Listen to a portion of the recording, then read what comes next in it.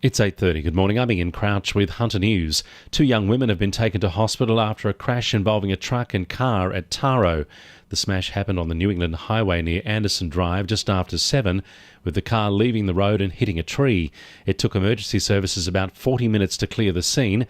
However, there are still long delays for traffic. The family of 20-year-old Lake Macquarie apprentice Braden Asser have described him as a mad bodyboarder who loved his job.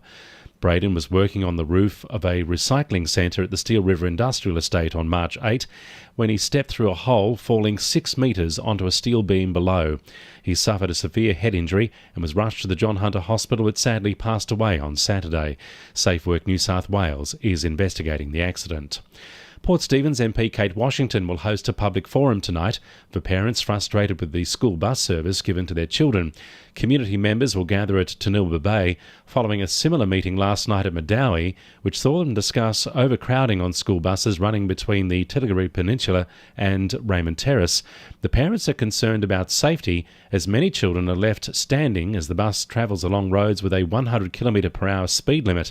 Kate Washington says upcoming changes to school bus seatbelt laws won't apply to Port Stephens students. This is part of the difficulty that we're facing is because we have been classified as outer metro, not a regional area, for the purposes of school bus seatbelt rollout. So according to the government, we don't live in a regional area, so our kids are all safe to stand in the aisles and sit three to a seat. But they're on 100k roads and they are doing it over long distances. The McDonald's restaurant at Mayfield could be rebuilt and go 24 hours if plans before Newcastle Council are approved. The proponents want to knock down the existing restaurant on Maitland Road in stages and construct a larger one, which also provides additional access from Dora Street. However, residents are worried about moves to allow the restaurant to operate 24 hours, with concerns about an increase in antisocial behaviour, traffic and noise. Council will hold a public meeting to discuss the plans tonight. The Hunter is bracing for some heavy rainfall over the next few days. The Weather Bureau says the showers should start by later tonight and get much heavier tomorrow, with up to 200 millimetres expected by Friday. The SES is warning people living in low-lying areas to make sure their properties are prepared for the possibility of flash flooding. Lake Macquarie will host a worldwide adventure game over the Easter long weekend, with participants coming from all over the globe. 500 teams have already registered for the event, meaning it's listed as a mega event, which is sure to bring future tourism to the region.